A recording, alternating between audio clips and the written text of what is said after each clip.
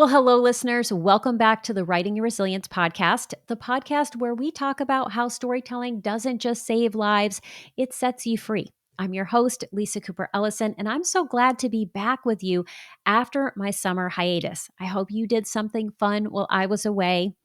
And now let's get into this episode. Have you ever been called a people pleaser or caught yourself saying yes when you really meant no without even thinking about it? Or maybe you know someone who struggles with these issues, someone who struggles to put themselves first or to express their thoughts. If so, you've likely encountered the fawning trauma response. Today's guest, Ingrid Clayton, is here to help us understand what fawning is, how it shows up in our lives, and most importantly, how we can join the unfawning revolution she is leading with her new book, Fawning. I'm so excited about this book. If you tuned in last time, you'll remember our conversation about her memoir, Believing Me, which I'm a huge fan of. And you'll learn that Ingrid is a clinical psychologist in addition to being a writer, and she believes that no diagnosis can replace the power of shared experience. Her work proves that truth, and I am so grateful for the ways it has shaped my own life. That is why I'm so excited that she's here. And listeners, this episode is deeply personal. We'll talk about words like people pleasing and codependence and how they can be so shaming, what it means to move beyond survival mode, and how writing became a tool of healing for Ingrid and myself. We'll also explore the power of listening to your body, honoring your truth, and even the unexpected role of tears in this process. So, grab a cup of tea, settle in, and join me for this powerful conversation with the one and only Ingrid Clayton. Welcome to Writing Your Resilience, the podcast for writers who want to write and live the story that sets them free. I'm your host, Lisa Cooper Ellison, a writer, transformational and trauma-informed coach, story alchemist, and fellow traveler on the winding road of healing and creativity. Each week, I'll share tools, practices, and conversations that will help you let go of what no longer serves you as you create stories that change lives, especially your own. Together, we'll explore how to trust your creative voice, support your mental health and resilience, work with your nervous system and unique design, and stay connected to your deepest calling as a writer, even when life gets messy. It's time, my friends, to write and live the story that sets you free. I'm honored to walk that journey alongside you, one story and one episode at a time. Well, hello, Ingrid. I'm not going to say welcome to the podcast. I'm going to say welcome back to the podcast because this is your second time here, and I am so excited to talk with you today. Thank you for having me back. I love your work. I adore you. I'm really happy to be back today. Well, it's my pleasure. And normally I would hold up your book, but we are recording this before it actually launches. So this is going Yes. to air during the week when your book launches, which I'm very excited about. So we're going to talk about your new book, Fawning. You know what? I just got my uncorrected proofs in the mail yesterday, and You I had did? one Oh, please sitting hold this here. up. Oh my I love goodness. it. There she is. Yes, I'm super excited about it. Yeah.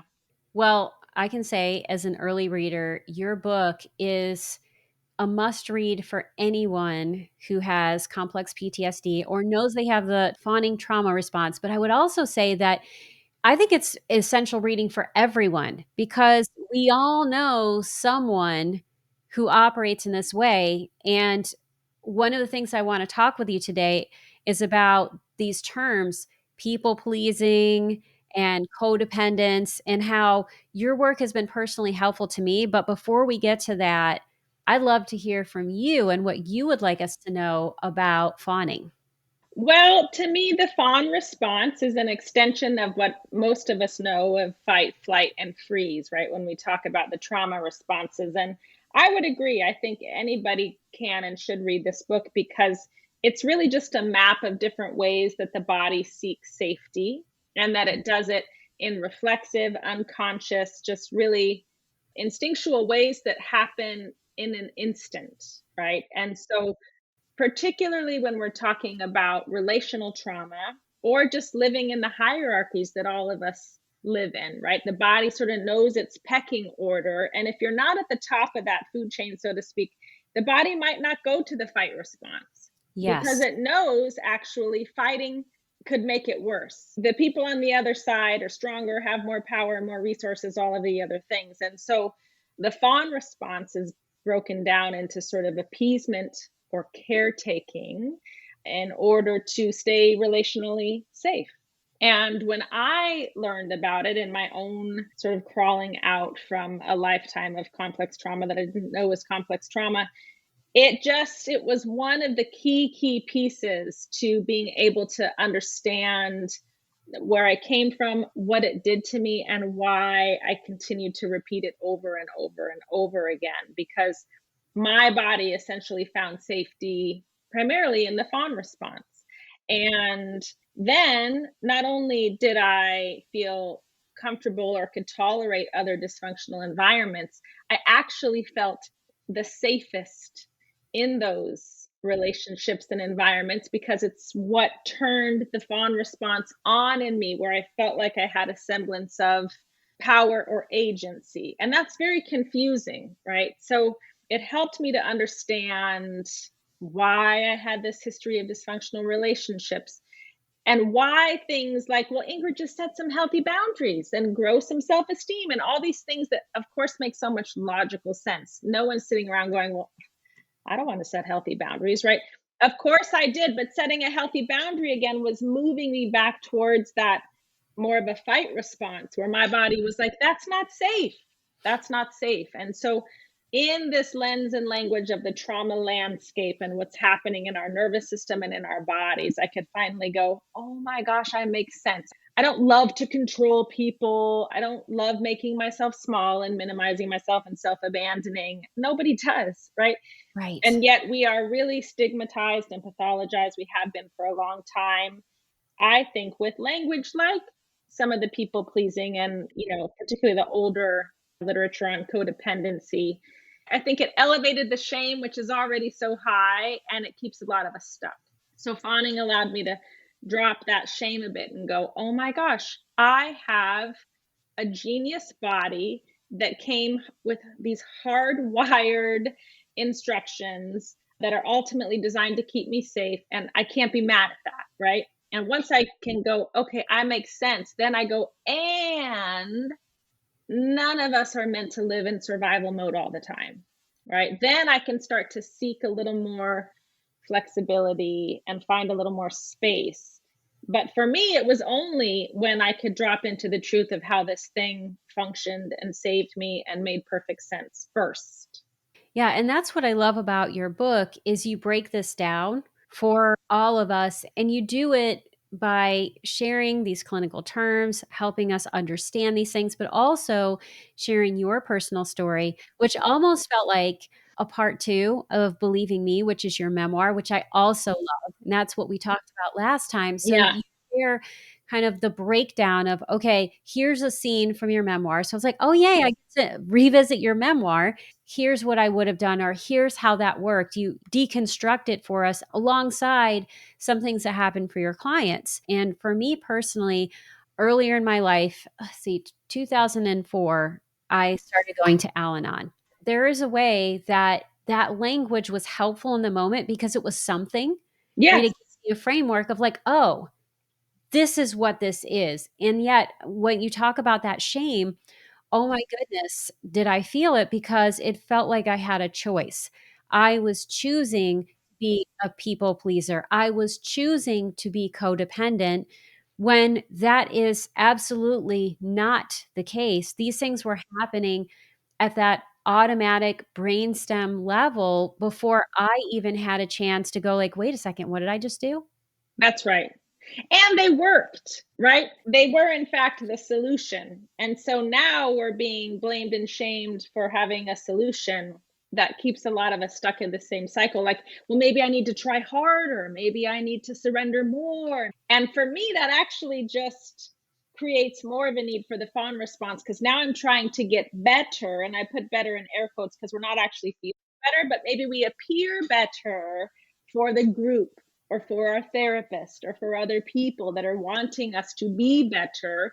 We only actually get better at sounding better, at appearing better, but we're not actually feeling that authentic connection to self, the ability to have a voice no matter what it wants to say, right? We don't get to move around the cabin as freely as I think most of us want. So, thanks for sharing that personal piece of it. I can't tell you how many people have shared something similar with me. Yeah, and I love what you say about the fact that, when you are engaging in the fawning response, it is reinforcing. So something that was said to me for many, many years, and perhaps it was said to you as well, in friendships and other relationships, it's like, you're so easy to be around. You're so easy to be with Yeah, because anyone who has no sense of self, no needs, no opinions, yeah, no anything is incredible. They get to yeah, just be a perfect mirror for you. And yet, it's an illusion. It's an illusion in terms of relationship for both you and that person. Yeah, developing those authentic relationships can be so hard because you have to recognize that this is happening. that's right. Yeah. One of the clients that I share her story in my book, she had someone tell her one time, "You're so agreeable." And she thought it was a compliment. Like, well, thank you. And they did not mean it that way. They meant it like, well, who are you? Where are you? What's your opinion?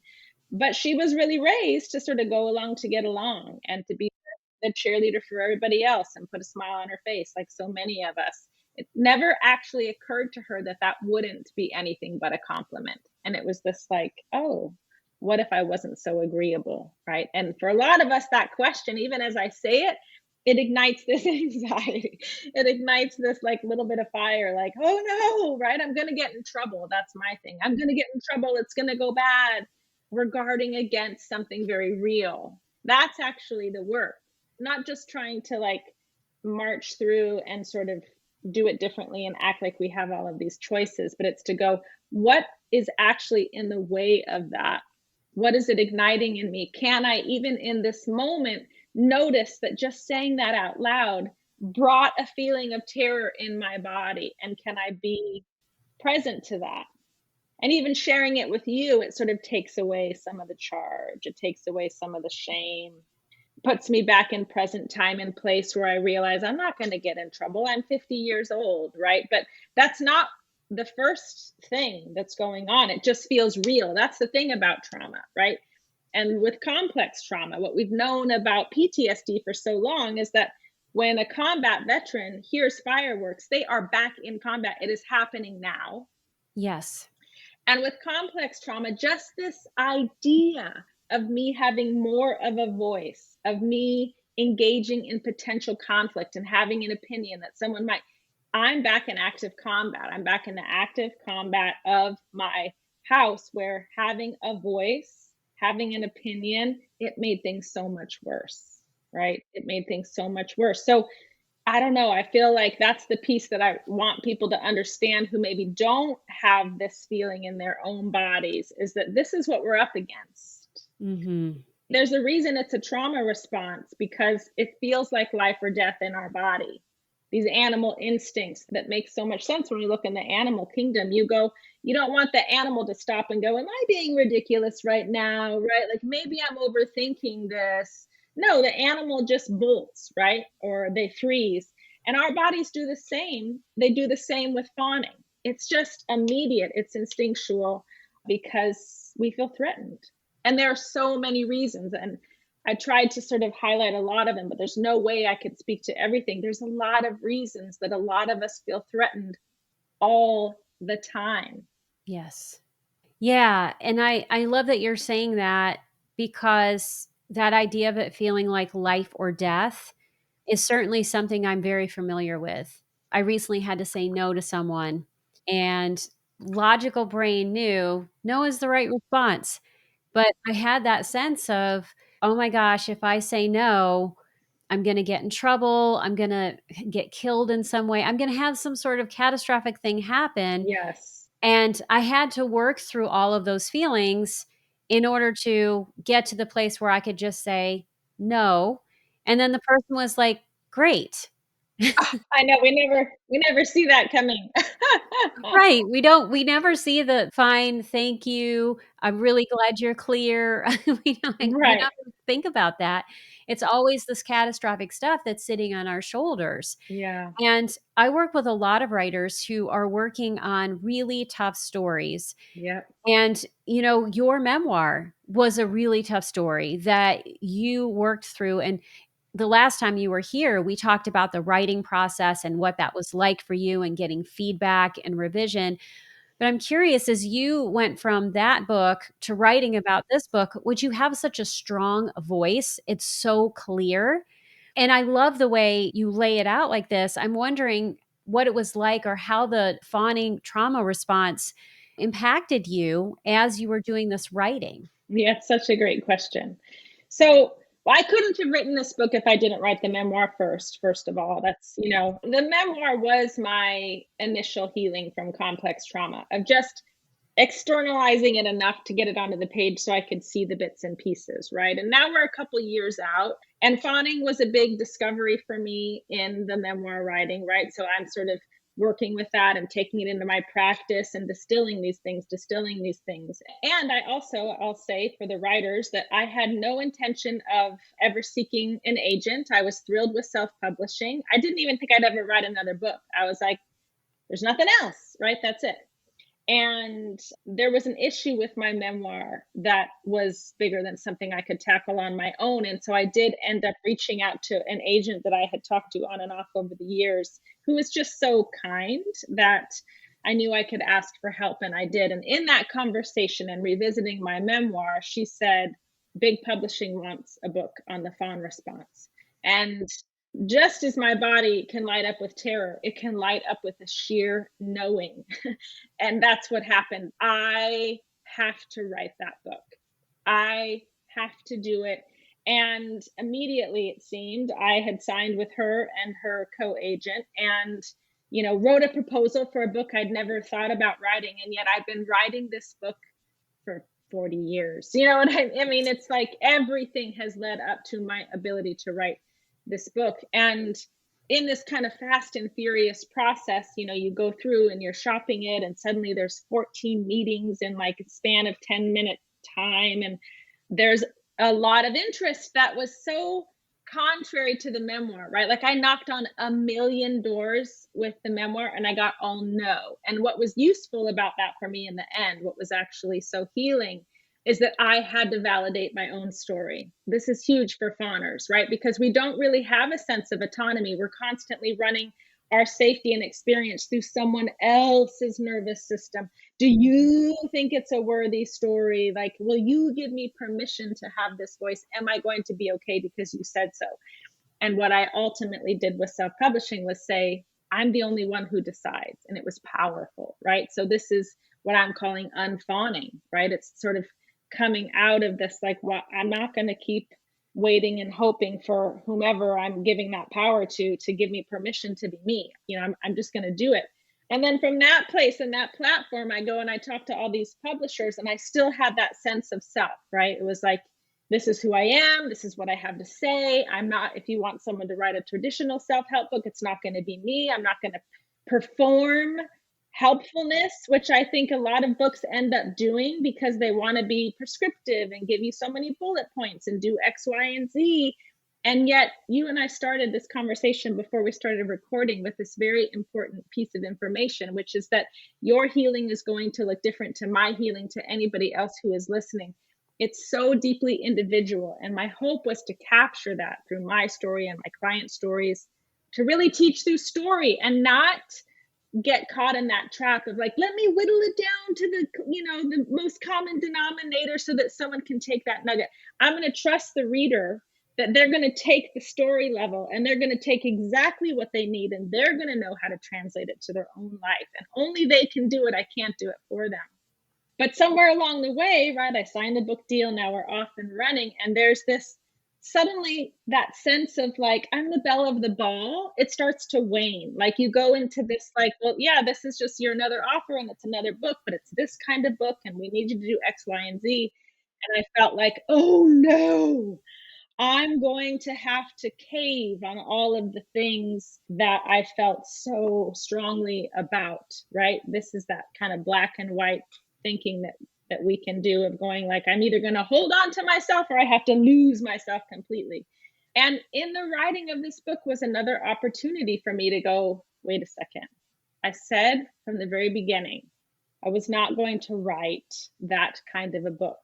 And I had to really fight to hold on to, first of all, my client stories, because I have 7 clients, some I've worked with for up to 16 years, that gifted me with the work that we've done together, essentially with their life story. And I knew going in, I'm not going to chop these up into like tiny little vignettes that to me in a lot of self-help books feel like these math problems in your 3rd grade textbook. Like if Jane and John got on a train, like it doesn't feel like it's a real person. And so to retain that this is a real person, I wanted to do longer form stories.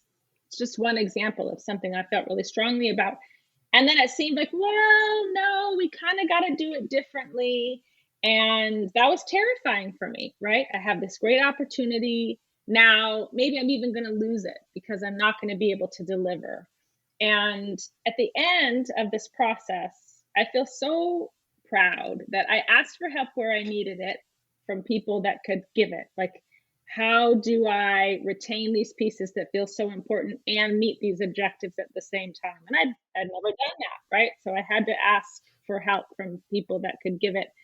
And I had to trust my body, knowing these are the ones that can help and these are the ones that are trying to steer me towards another mission, right? Yeah. And at the end of the day, the book that I turned in is the book that I set out to write. To me, it's already a major success for that reason alone. I hope that people pick it up and I hope that they read it. But really, mostly, I'm glad that I did not compromise on, again, what is 40 years of what needed to come onto the page in the way that maybe only I could say it, right? Because it is deeply personal. So Fawning was all over the map with the book. Who do I need to be to stay in your good graces, right? Of course, I wanted to do that, but I couldn't if I wanted to write the book that I was meant to write. I had to risk it over and over again. And it was scary, but it was worth it. Well, I can say as a reader, it was definitely worth it. What I love about this is that you allowed the writing process to be this healing modality for you, right? It wasn't just, I'm writing a book. It's like, no, I'm going to address and be with this fawning response. And the fact that you didn't fawn your way through this was the success. And now everything else that happens is the icing on the cake. It's wonderful. But what's great about that is it keeps it from being about other people. Like it's not, the success of the book has to come through you, the reader, or through you, the publisher, or through the metrics of whatever it is. And who doesn't want the metrics, right? That's Of the push course. and pull of it all, right? Is there's a genuine part of me that is interested and invested in the metrics, of course. And I experienced this with the memoir too. I have to put the truth and my healing at the very top of that pyramid, right? Can I factor in metrics? Can I factor in goals? Can I factor in all these other things? Yes, of course. But when I put those above the truth and what feels like genuine healing and my voice, if you don't put the voice and the truth in the heart of it first, I kind of believe the metrics probably aren't going to come. And if they do, it's going to be a quick blip and then it's not sitting on the right foundation. And that's what I had to choose over and over again. And I think that's what the unfawning process is choosing in this moment and this moment over and over and over again to sit with the discomfort that is arising when I go, I have to try to be me at any cost. And it feels like everything is on the line. It feels like I share this with the memoir, right? Of going on Instagram and being like silly and irreverent. I was like, I'm going to lose everything. I'm going to lose all credibility. It's all going to go down the drain. All of my clients have shared this in this unfawning process. They go, it feels like I'm jumping off a cliff. That's the kind of a risk that I'm taking. And I had to do it again with this book and go, you know what? I have imposter syndrome just like everybody else. And there's this part of me that goes, oh, you're telling me that I should do it this way because this is what successful books like this is how they've done it. Of course, a part of me wants to do that. But the other part of me knew, my gut knew, oh, you have to tell your story and your client stories in this way. And that's what we did. That's what we did. Yeah. And two things that are coming to mind is number one, there is the skill with which we write, and there's the energy that we put into our books. Like, what is the energetic signature of our work? And you can have a lot of skills, but not have the energetic signature. And I think the fact that you are prioritizing the right things establishes the energetic signature, which is why your book was so successful. I mean, your book is successful regardless. Yeah. The fact that you did your memoir, believing me, the fact that you did that as a self-published author is humongous. And I think that is going to be what's going to make Fawning so successful is the fact that you are being really clear about, no, I'm trusting my gut. I'm putting my healing at the top. And what it makes me think about is, I talked about how the language of codependence and people pleasing created some shame, but some things that were positive about 12-step work is that idea of experience, strength, and hope, and how we heal from hearing someone else's story. And it's that personal experience of like, oh, yeah, that's the part I can take, or that's the part that directly relates to me. And no one is giving you advice. I love that about your work because I think we live at a time, especially Instagram, I think is a place where this is rampant of, the 3 steps or the 5 steps or the one solution. And if you just do this thing, and if you have the fawning trauma response and you give someone 5 steps, you Oh, got they're going to do it.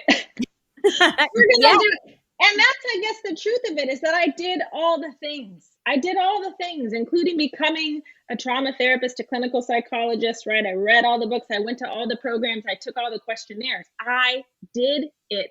And at the end of the day, I still largely felt the same. And then, oh my gosh, there must really be something wrong with me? And so I want to just rewind a second because what you're saying feels so meaningful to me. I want to really take this. When you're saying that there's a distinction between maybe your skills as a writer and this energetic signature that you're bringing, this feels like the most profound thing that I really know in my bones. I do not have the skills as a writer that I wish that I did, certainly, right? But I know that I'm leading with what wants to come in the way that my body wants to articulate it. And the same is true, not just with the writing, but as a clinician, right? This is the other reason I go, I can't write a big book on trauma. Like, who am I? Even though I have the letters after my name and some credentials, I don't speak like a lot of clinicians. I don't have that vocabulary. I'm not even interested in it, if I'm really honest. But it makes me feel like, well, then I can't convey, like I can't break down the branches of the nervous system and the body and tell you all these things in a really like specific way. But what I have is this intuition and this energetic piece that you're talking about that I'm privileging more and more and more in every area of my life. And the more that I do it, the freer I feel. yes. And then those other things don't even matter so much. I really get that it doesn't matter that I'm not that type of clinician, or I don't speak that particular way, or I don't have this particular voice on the page. Because what I finally have, and you know me, I always get emotional when I get to the heart of the thing. What I finally have is me. Yes. Nobody else could do it the way that I do it or that you do it, right? It's like, that's the whole point. It's the whole point. So for me, I just want to say this again, because if you identify with the fawn response, I think this is a big, juicy nugget that you're actually giving us here, which is lean in to the energetic signature, whatever that means to you, whatever your field, whatever your interest or your passion. That's the thing. I love that you just said that. And yeah, I mean, I'm feeling it too because So many times, I can speak for myself, and I've seen this in my clients as well. We dismiss that thing, whatever that passion is. It's like our passion tells us do it one way, and then what we call the logic center, which is usually, I'm going to say, the fawning center, says Yeah, do it this other way. And we talk ourselves out of what is going to be most meaningful because we want to do, I don't know, follow the best practices or follow what everyone else has told us is the right way. And we compromise ourselves. that's right. Yes, the right way is only your way, and your way will only be right for you, right? And I think that's a hard pill to swallow, right? It's a tough message to sell because the other one, let's be honest, is much more sexy and compelling.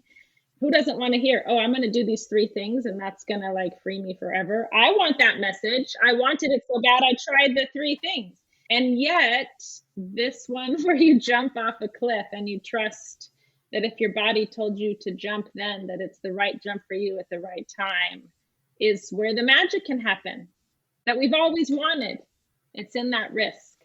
Yeah. And so I think it's about finding the skills, whatever those skills and the tools are for you that are going to allow you to take that risk and to take that jump. And I love that you do not give us all the answers, but I'm wondering if just here in the moment, you and I can share our experience, strength, and hope with everyone else in terms of how we are unfawning. Because I'm just going to say, I have a feeling that you are starting an unfawning revolution. I really do. Woohoo! I'm saying it first. It's an unfawning revolution. Let's do And it. I love that you're leading the way.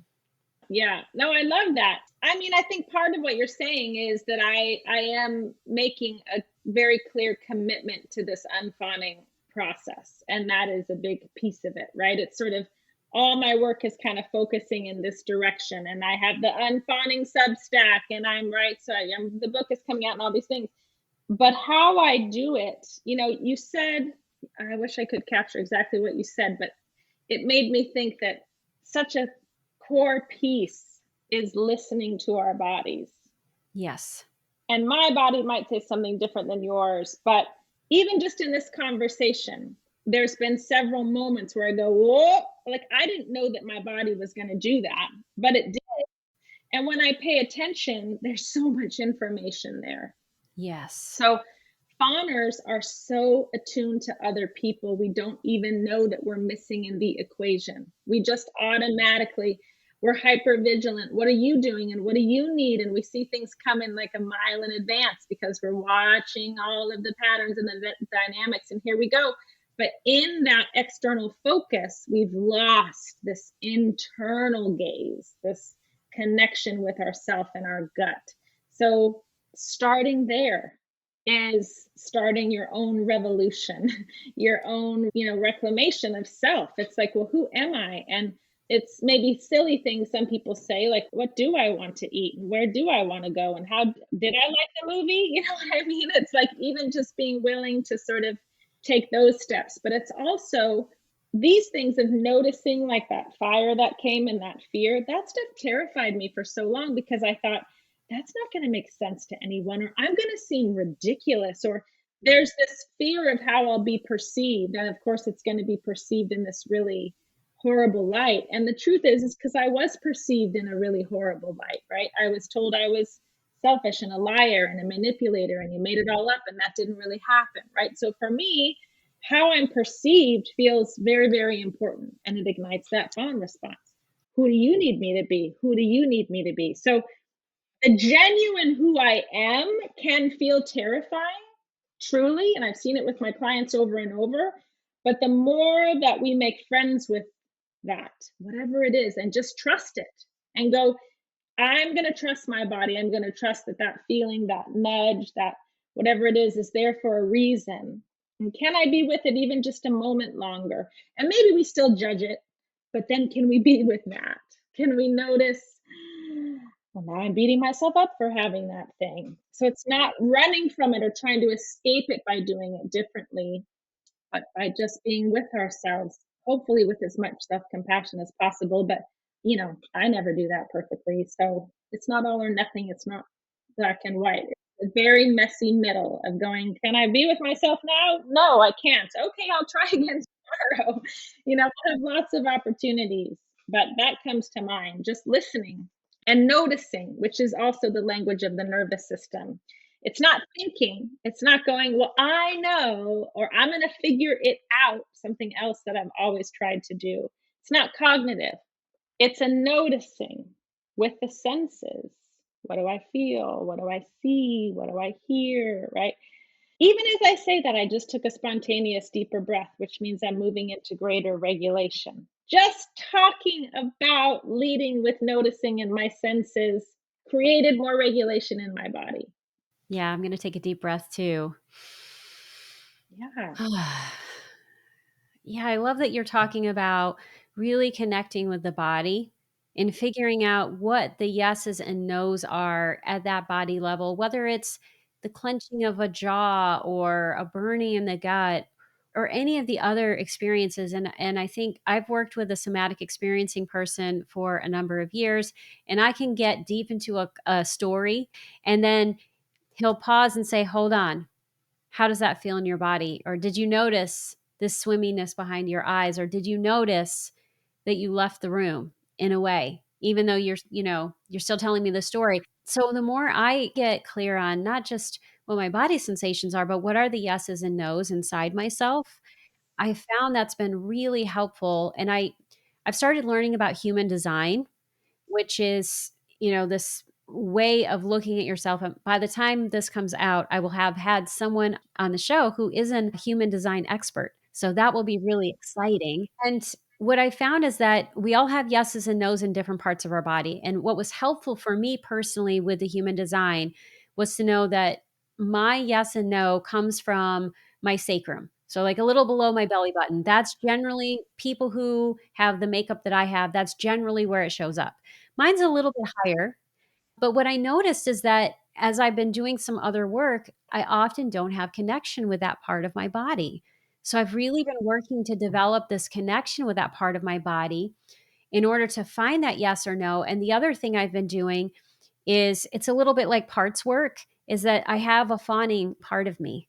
I will talk to the fawning part of me and I will listen to that fawning part of me because I know it's trying to keep me safe. And that's one thing you taught me, Ingrid, and I'm gonna, like, tear up now, like, Ingrid, oh my gosh, I am gonna tear up because your work has helped me have more confidence in who I am. Your work has given me a resilient language to say thank you to these parts of myself rather than having shame over these things that have been so automatic Yes. and have been so were so necessary when I was growing up, and everyone told me I was selfish, I was bad, I was destroying my family, I was doing all of these things because I had a need, right? I had a need. So now I can talk to that part of myself and say, "Oh, yeah, I see you.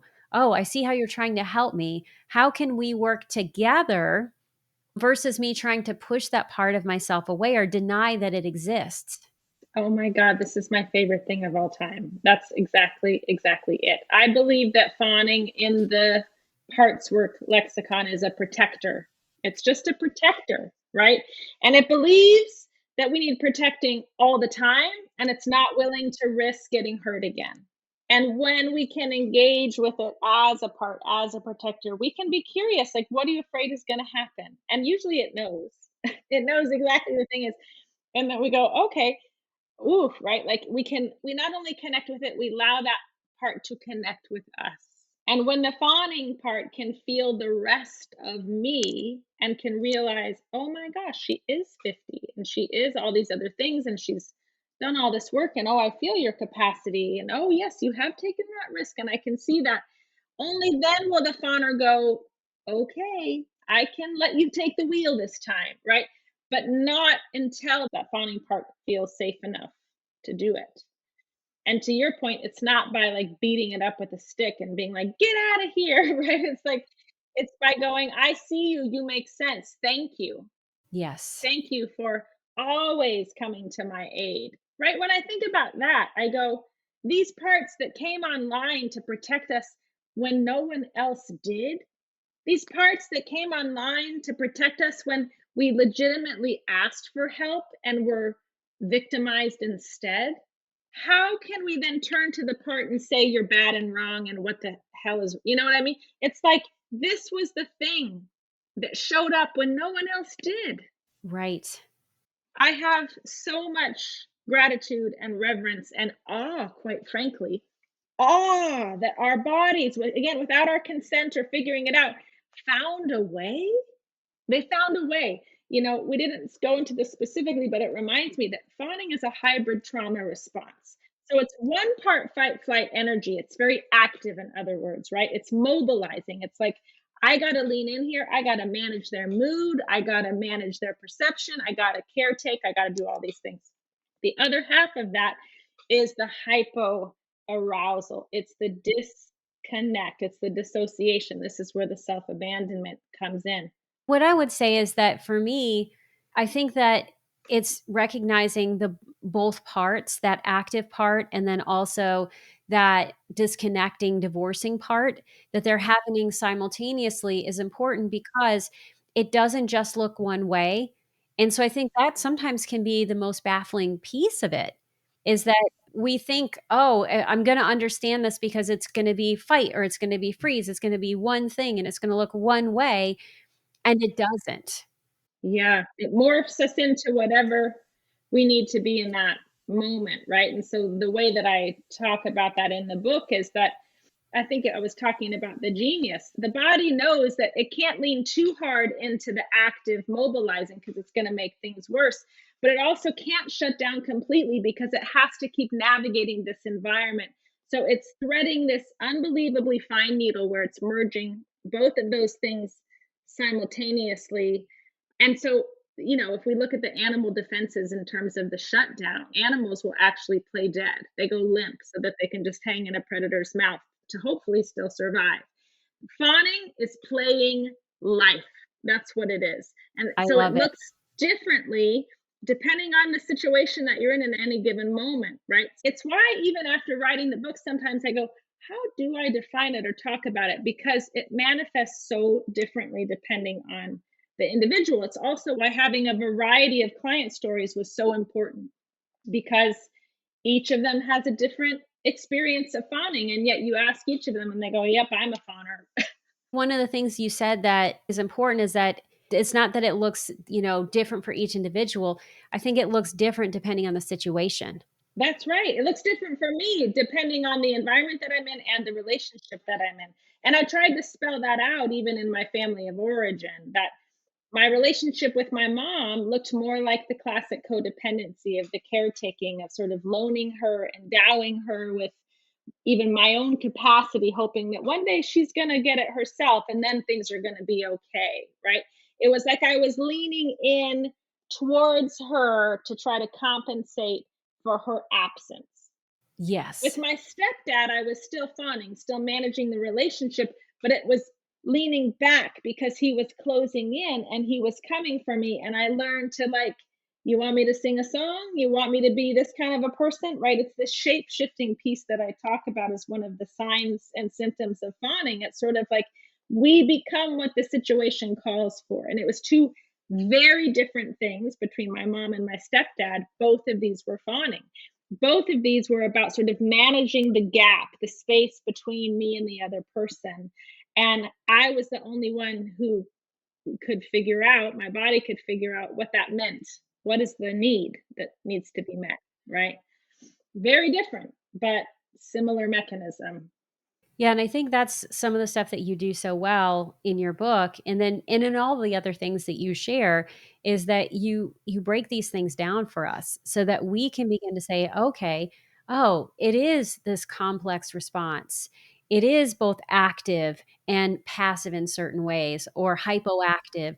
And so how is it manifesting in me in these different relationships because it is part of relational trauma, right? So it's happening in relationships. It's not generally happening when you're by yourself.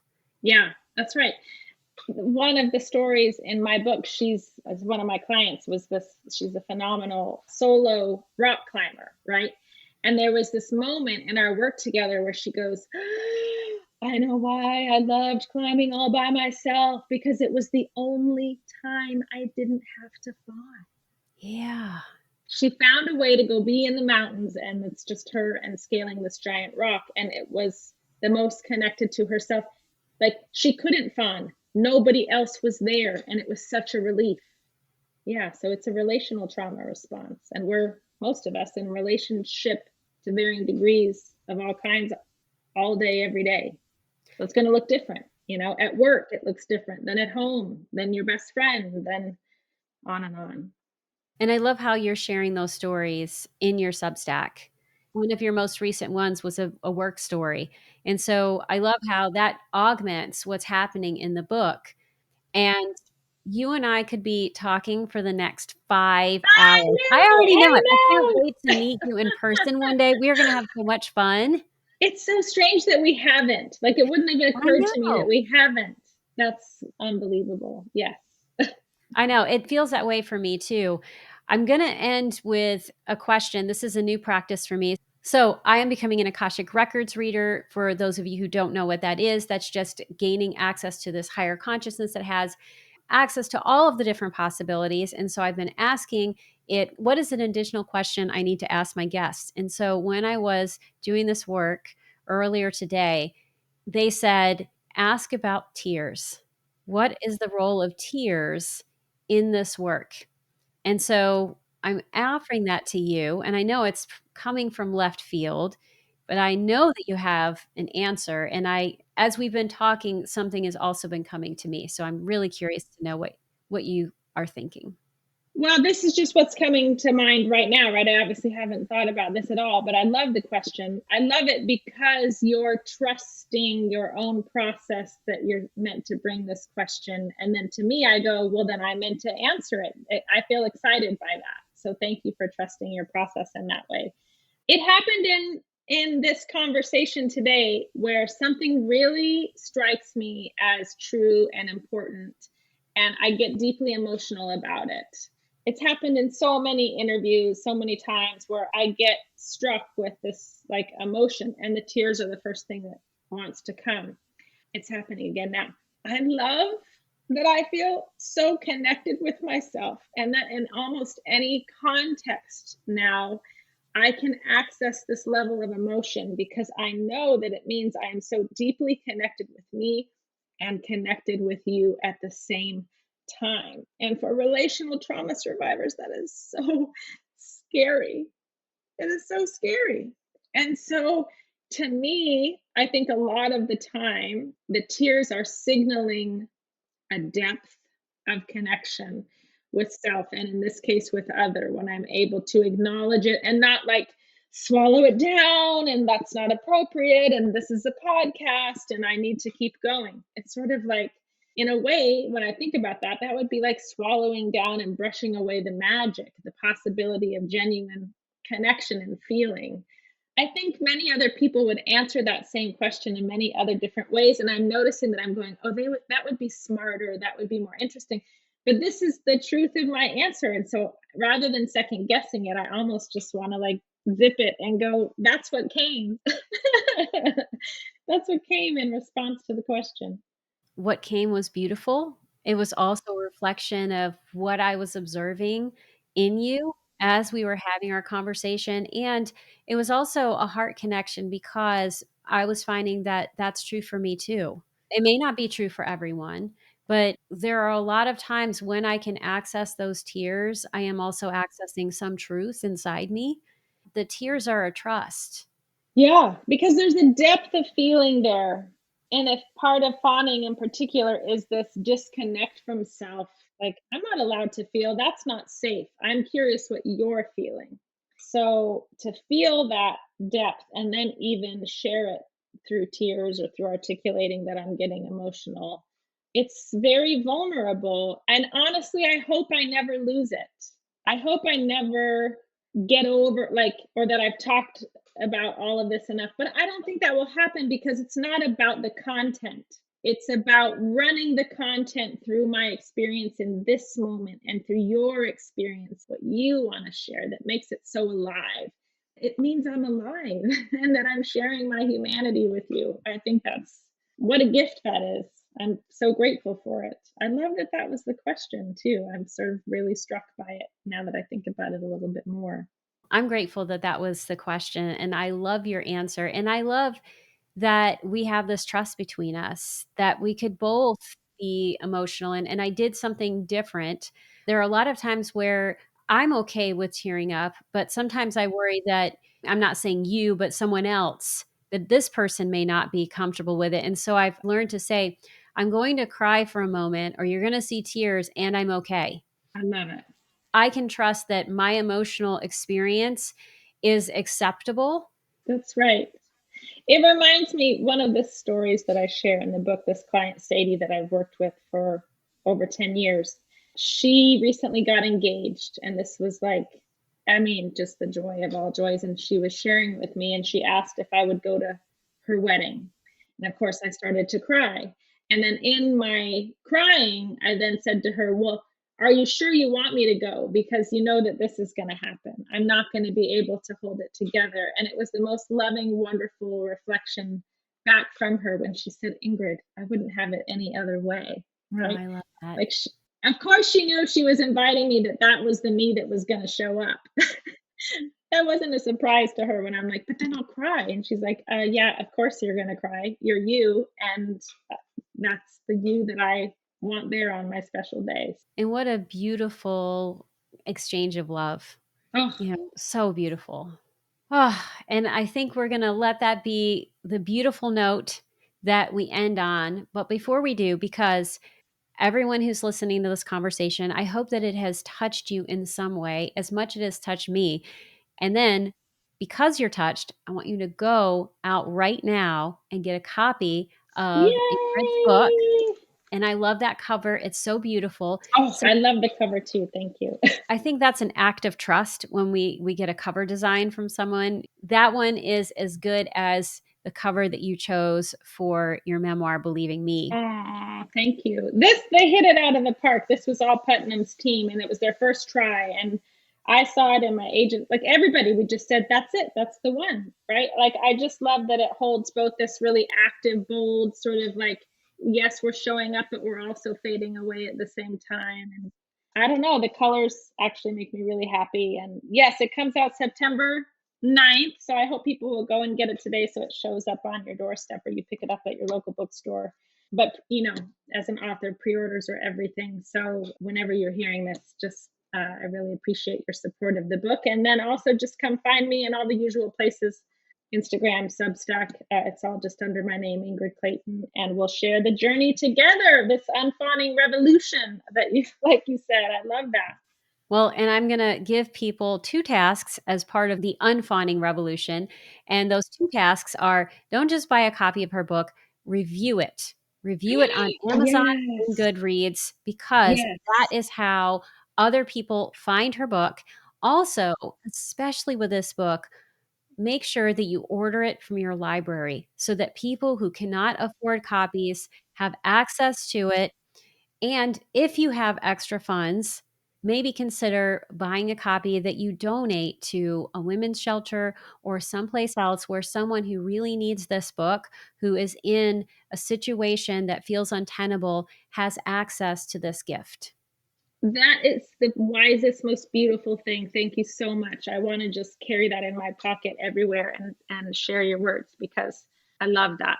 Thank you for inviting people into those opportunities. I think it means a lot. Well, I mean that from the bottom of my heart. Your work has truly touched me. I'm a huge fan. I'm so excited about being part of the unfawning revolution Yay! and Thank you seeing so where it much. goes.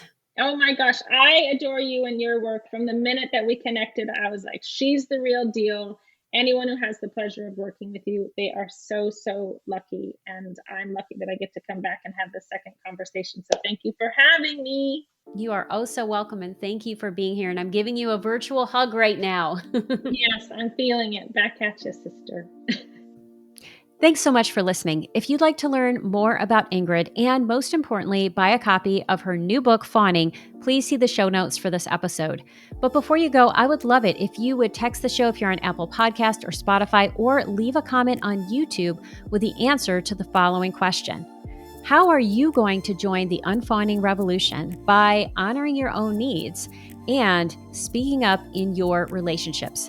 I would love to hear your thoughts on this question. And most importantly, when you answer them in the comments, you support the healing of someone else too.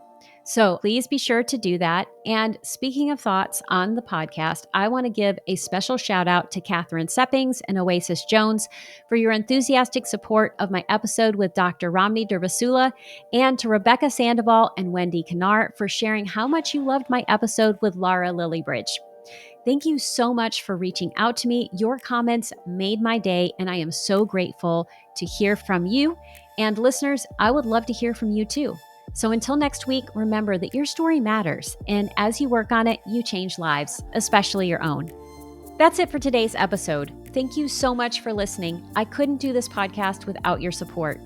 If you love this episode, here are 3 simple ways that you can keep this show thriving. 1, subscribe to the show on Apple Podcasts, Spotify, YouTube, or your favorite podcast platform so you never miss an episode. 2, leave a 5-star review so others can find the show. 3, join my engaged dynamic community by signing up for the Writing Your Resilience newsletter. As a thank you, you'll receive a free copy of Ditch Your Inner Critic: 5 Tools to Transform Self-Doubt into Self-Support. Until next time, remember that your story matters. As you write and connect with the truest, most authentic version, you become not just the writer, but the person you're meant to be. And that, my friends, is the real freedom writing can offer.